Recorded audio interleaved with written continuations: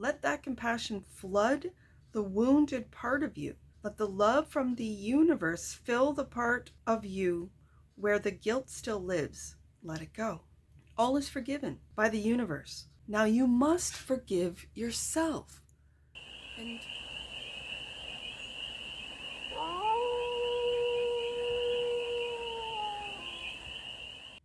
hey there, sweet souls. How are you? It's your Force Fairy here. Nice to see you again. Welcome in and welcome back to the 100 of the Woods, where I read cards out here. So let's read some cards for you, sweet souls. We're going to do a galactic read today. And we're going to start off with the Galactic Heritage deck and do a 6-card spread. Taking a look at, I think I want to do the spread I did for the I Wonder. I attempted a new spread today. I'm not sure I'm going to put it up because it didn't really work. I'm just going to say that with how I wanted the I Wonder, how I imagined the I Wonder spread to be. So I'm still working on it. But I think it'll work for the Galactic Heritage or the messages from our galactic family. So we're going to do a 6-card spread. Taking a look at the present. I'm just going to say the present moment. The challenge that we're having. Challenges or challenge. The conscious mind. The subconscious mind. The past, which I'd really like to know about from the galactic family. And the near future, where we're going. So I think this might be the galactic spread now. And then we're going to clarify with what I just call my vintage robot tarot deck for more messages, more information, more clarity on this read.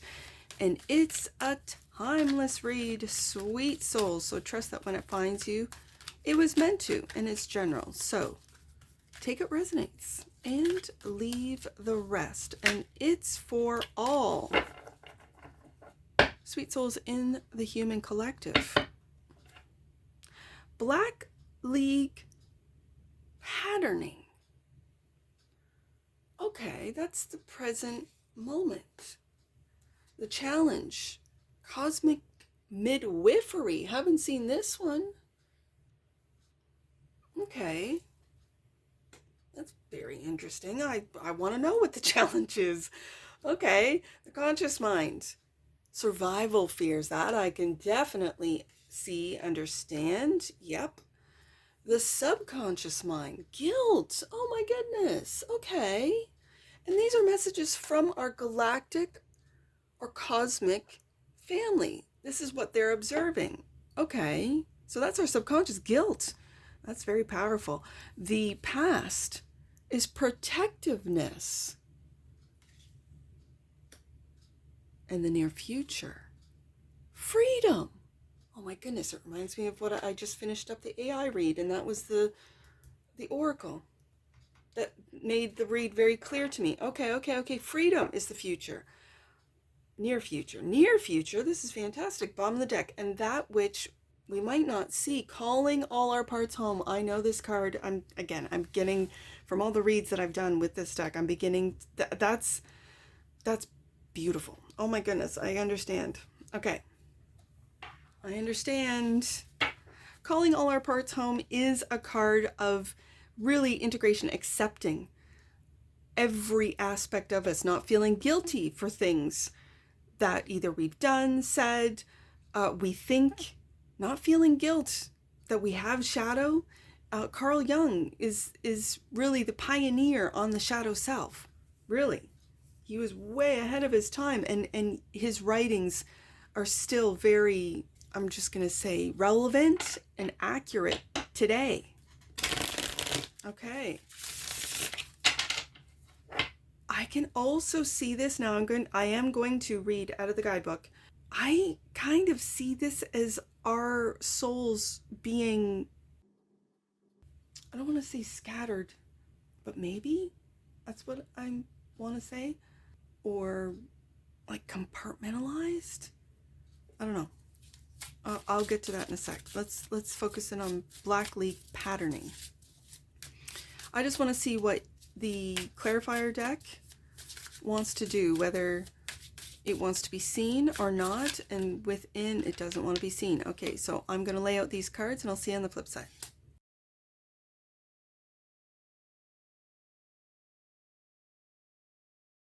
All right, sweet souls, let's start with Black League patterning. The secret Orion Society fighting the negative forces was called the Black League. They operated covertly and were a major force for inspiration and hope. A pop culture metaphor would be like the Jedi Knights, okay, from Star Wars. You have had experience with this group, and this latent tendency of resisting authority or fighting for peace is a deep karmic pattern. Today, it is important that this polarity of us versus them be healed. Shift your focus away from light and dark scenarios. Begin to see reality in a unified way, with all manifestations being an equal and valuable part of creation itself. That's what brings my mind back to calling our parts home. I'm going to read that ahead of the whole spread because I feel like I need to. So, calling our parts home. When we connect with the future Sirius energy, it acts as a force nudging us towards the integration, yes, of all of our parts, the shadow and the light. If you have had lifetimes of deep polarity and struggle, this is what we might not see, this Sirius energy can provide a profound healing if you allow yourself to embrace all parts of you, even those you don't want to see. Take a quiet moment and visualize the star Sirius. With each inhale, breathe in its energy. With each exhale, release old, separated parts of you into the light of Sirius. In doing so, you call all your parts home. Okay, so going back to the Orion past and the Black League patterning. So shift, this is the guidance, to shift your focus away from light and dark scenarios. Begin to see reality in a unified way, with all manifestations being an equal and valuable part of creation itself. So the Black League is a term referring to the resistance groups that formed during the darkest times of Orion. These groups were usually run by priests who practiced pagan mysticism and were also warriors as well. These groups ultimately helped change the consciousness within the Orion system so it could transform, but not without struggle. They also had to learn the folly of living in polarity, which is what you do when you fight darkness. So even through the Black League and the Orion civilization as a whole eventually transcended polarity and healed itself, many beings who had lived there brought this polarity energy to Earth, and it is still playing out here. On Earth, we see it playing out through secret societies who believe they fight for freedom from tyranny, religious extreme groups who believe they are liberating people, and any group or person who views reality in a polarized way and fights against the side they label as negative. Okay, so what you might not see is that, or I feel, and this is just from reading the cards meanings in history, that's what I love about this deck, is I learn every time I do a read, is that what we might not see is before we can heal or rise above or take a sort of a higher perspective and stop looking at it good versus evil. And we are deep in the good versus evil right now. We really are. Like, it's deep. And us versus them. And they have really, and I say they, I don't know who they are.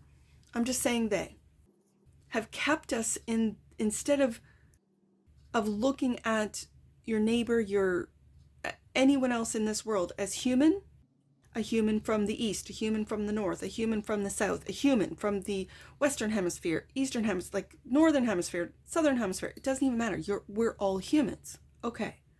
So instead of looking at it as we're humans, it's black or brown versus white, black versus white, male versus female. poor versus wealthy, different nations versus different nations, different belief systems versus different belief systems, religions upon religions. And it has scattered, separated us so very much that I wonder if how we can heal this is by healing ourselves as an individual. I've read in previous reads that when we heal ourselves as an individual, we heal the collective as a whole. It's very interesting. So the clarifying, the Black League patterning is the King of Swords.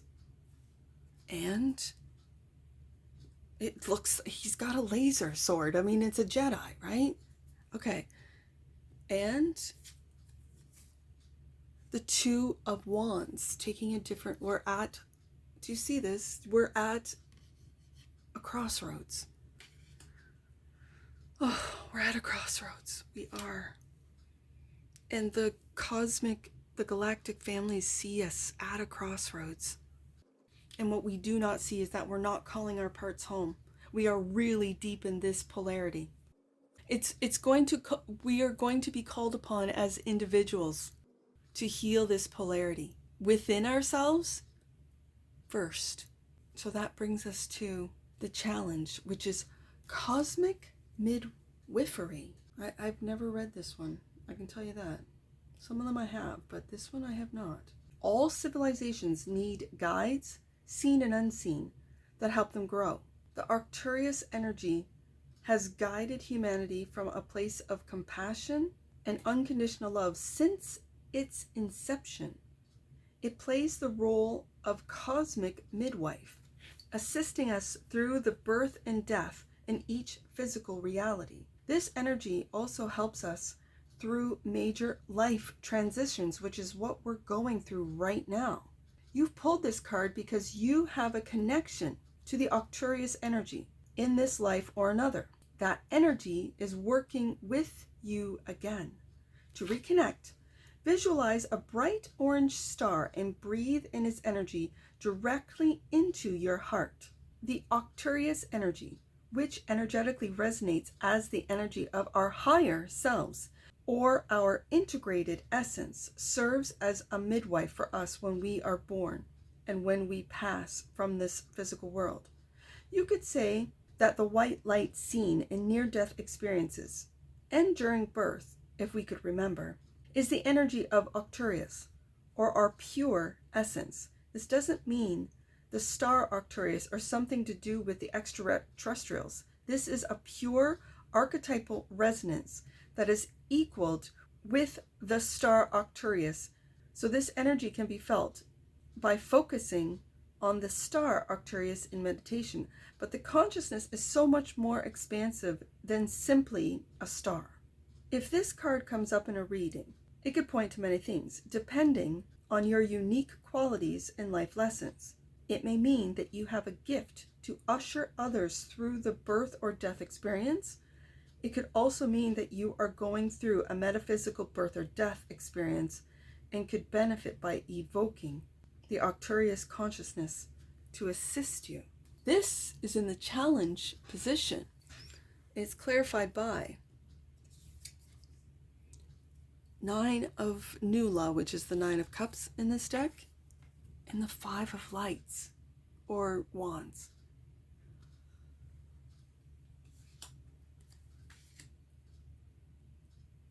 The Five of Wands in the tarot is a combative energy.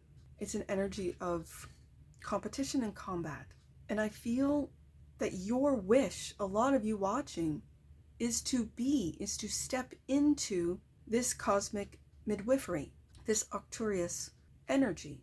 Right underneath the Black League patterning, you may have been a warrior in those that may not be able to have the strength to fight for themselves. But I feel like this is a fight for your transition, or transformation, I should say. You are in transition, but this is your transformation, and you've had many battles, spiritual, to fight with the Five of Wands. But in this deck, it's the Five of Lights. So I read it as there have been a lot of your spirit guides fighting for you in different realms. Hold that Nine of Cups, that wish to lead, to transform. You're at a crossroads with the Two of Lights, or the Two of Wands right above, and it's a beautiful Two of Wands that looks like they're dancing, like dancing between worlds, dancing between dimensions, maybe dancing between the light and the dark, and not feeling guilt. And yet we have guilt come up here, that if you are curious about the dark, don't get pulled into it, don't get sucked down into it, but to be curious. That's what calling all our parts home, your dark, your shadow, and to integrate all parts of you without guilt. We'll get to guilt in a second, is what I see that Two of Wands doing. It's like dancing, because I've always seen the Two of Wands as the path of fear and the path of love. And it's like you're doing a dance between the two. You are at a crossroads and taking a look at the light and the dark within you, without judgment, but accepting and integrating, to be able to be, I dare say, even stronger, to fight, to battle. And I feel like it's a fight for change, for transformation. And what's been blocked from this transformation, from this wish fulfillment, has been this Five of Wands. So then it gets us into the conscious mind. And the conscious mind is in survival fear. So it's like when I said with that Two of Wands dancing between fear and love, the path of fear, the path of love. If you've always been in survival mode, you might not even know what the path of love looks like, feels like, and it's scarier than the path you know. For some of you, that's the case. Survival fears. In the ancient days of the Zeta, their species nearly destroyed themselves due to high planetary toxicity and misuse of technology. When they realized that their species was dying, they experienced the most primal of fears, that of no longer continuing as a species. These survival fears forced them to look deeply within and make drastic changes. The same is true in our lives. Often, we don't make changes until we can clearly see that our old ways will only destroy us. By then, we have little chance of change. What part of your life needs to be changed? Begin the process now before it becomes too difficult. And survival fears is clarified by the Tower.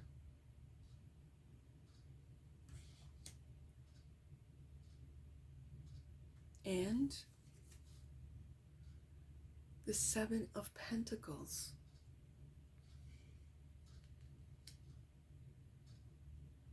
Are we at that Tower moment? Are we assessing with the Seven of Pentacles what to invest in moving forward?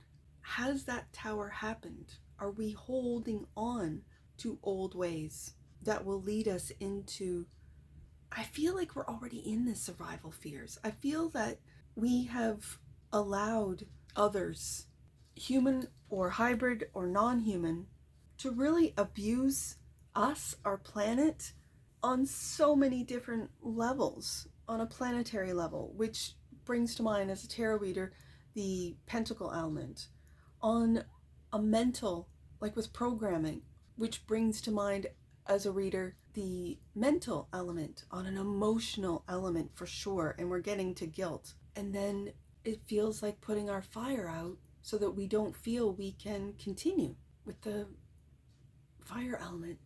Oh, my camera's gone dark. Hold on. I gotta unplug my light and plug in my camera. There we go. I'm at 5%. Okay. This is our conscious mind, is in the survival fear. And it's because of what's in our subconscious mind, which is guilt. I don't want to feel rushed, but my camera, I don't want to lose this.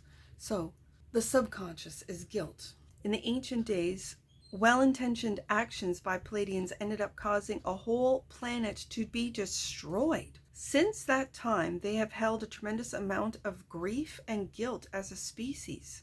They have healed a lot since then, but many humans still carry these patterns. Look deeply at the things in your life you feel guilty about. The wisdom you have now can create compassion in your heart. Let that compassion flood the wounded part of you.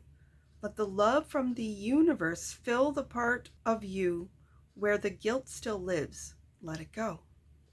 All is forgiven by the universe. Now you must forgive yourself. And guilt is clarified by the 10 of Wands, the 10 of Lights. It weighs heavy on the human collective. And the 8 of Lasers, or the 8 of Swords, it weighs heavy on us and on our conscious, like in our minds. With every decision that we make, it weighs heavy. Like, are we making wise decisions in how we treat the planet, in how we treat each other, in how we treat ourselves? I have to say this as well, that there are powers through the messaging, through the media, through the school system, through the religious institutions that keep us in the 8 of Swords, in this deck, the 8 of Lasers, but in the 8 of Swords, that we, through guilt, regulate ourselves to keep ourselves in survival fears. We do it ourselves. Instead of releasing the guilt, we carry it. I have to say that, because there are outside forces that one might say, because I've often wondered, like, okay, so if our angels cannot interfere, if certain galactic family members can't interfere, then why is it that we have what would be considered dark or cosmic parasites here on Earth feeding off of us, off of our fear, off of our guilt?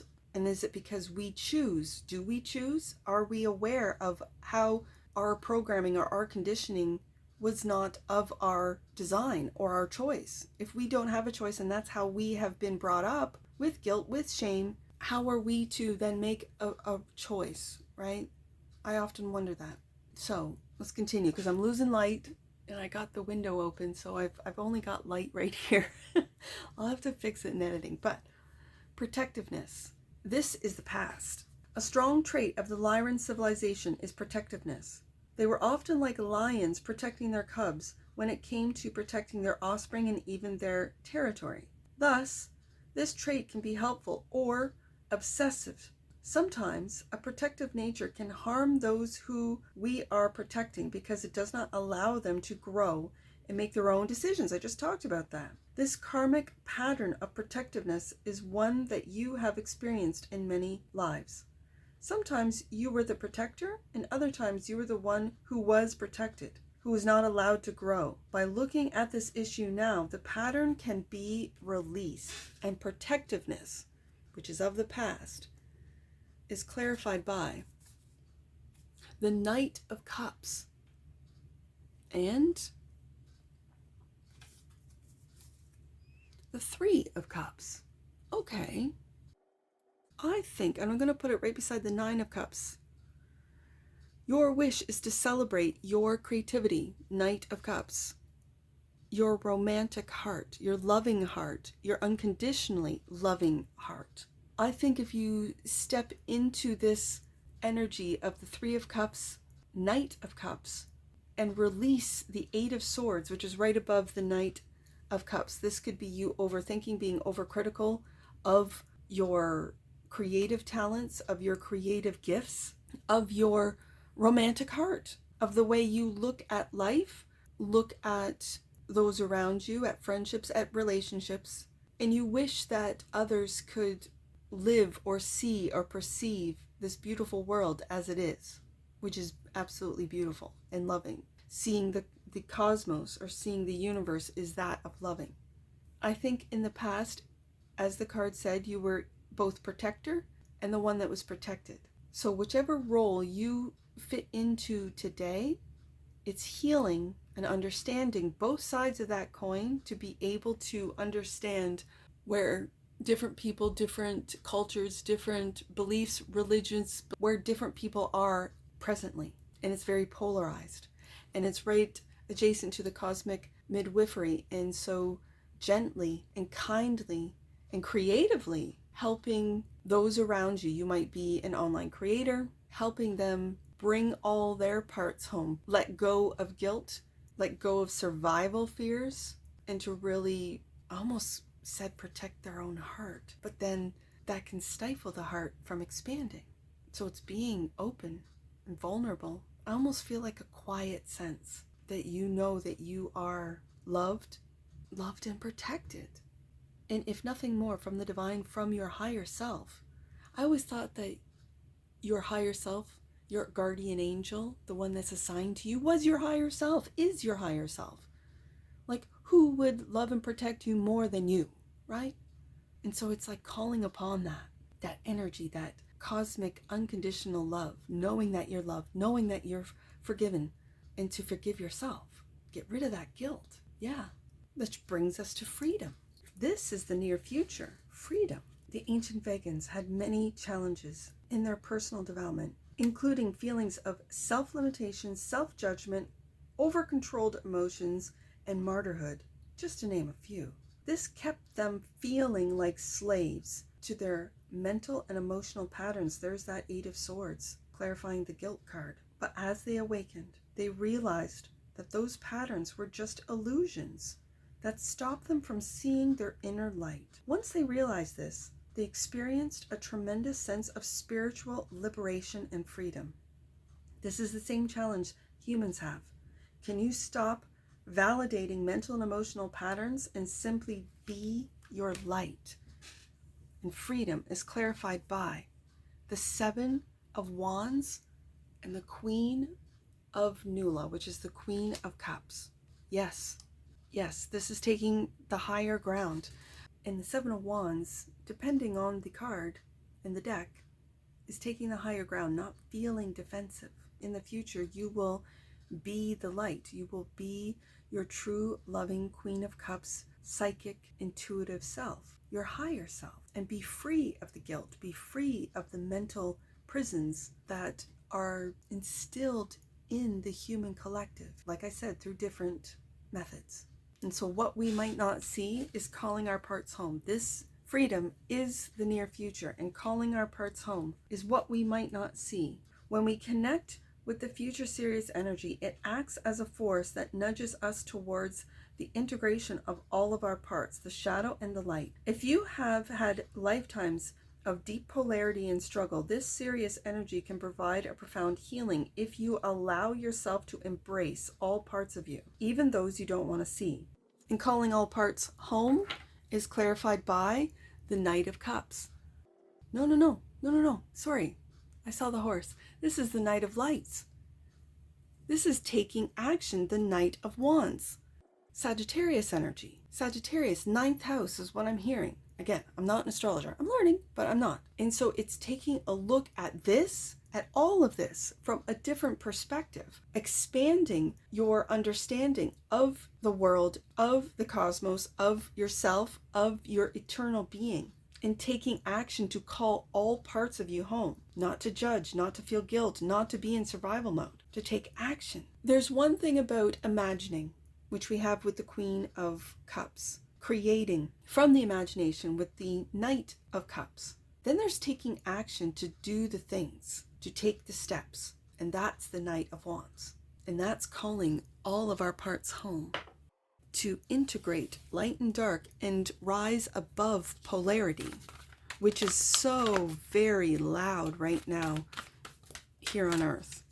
And so these are the messages from our galactic family warning us that the Zetas have already gone through this. Now, some might say the Zetas are human beings in the future. I don't know. I have no idea. We humans have helped the Zetas, and the Zetas are coming back to help us. Is also a theory or an idea. So, our subconscious is full of guilt. And it's because of this protectiveness. So it's working on these things as individuals will help the collective. So, and give us freedom. In the near future, we will be free when we do the work and take an action with that Knight of Wands to call our parts home. That's what we might not see. So let's get an oracle on this. Perception. The frequency of perception supports our natural curiosity, moving us beyond our comfort zone to find the edges of what we perceive as real and to take a good, hard, deep look at it. Yes, this is a world of perception. Ike talks about that. Joy, and there it is. Joy, that what we might not see. The energy of joy activates our feelings of happiness and well-being and supports a high vibrational frequency in our being. Joy. I think that's the key right there, is to live a life of joy, no matter where you are in the world, is to be joyful for waking up every day. Yeah, simply. Let's get some angel numbers. I have a lot of numbers. Let's do 238. 238. You have been here before, and your connection to spirit has been part of many lifetimes. You are here now to be a beacon of light and strength, sweet souls. Let's do 589. Your recent experiences have been powerful teachers and reminders that you are more in touch with yourself than you've ever given yourself credit for. Self-care is essential at this time. Last one, I see 307. 307. You are the miracle. You are the magic. Everything that you touch at this time will turn to gold. And if anything I've said in this read resonates with you, sweet souls, please let me know in the comments below. And that's what I see for you. And I'm sure I'll see you again. Take care. From your Forest Fairy. Bye for now.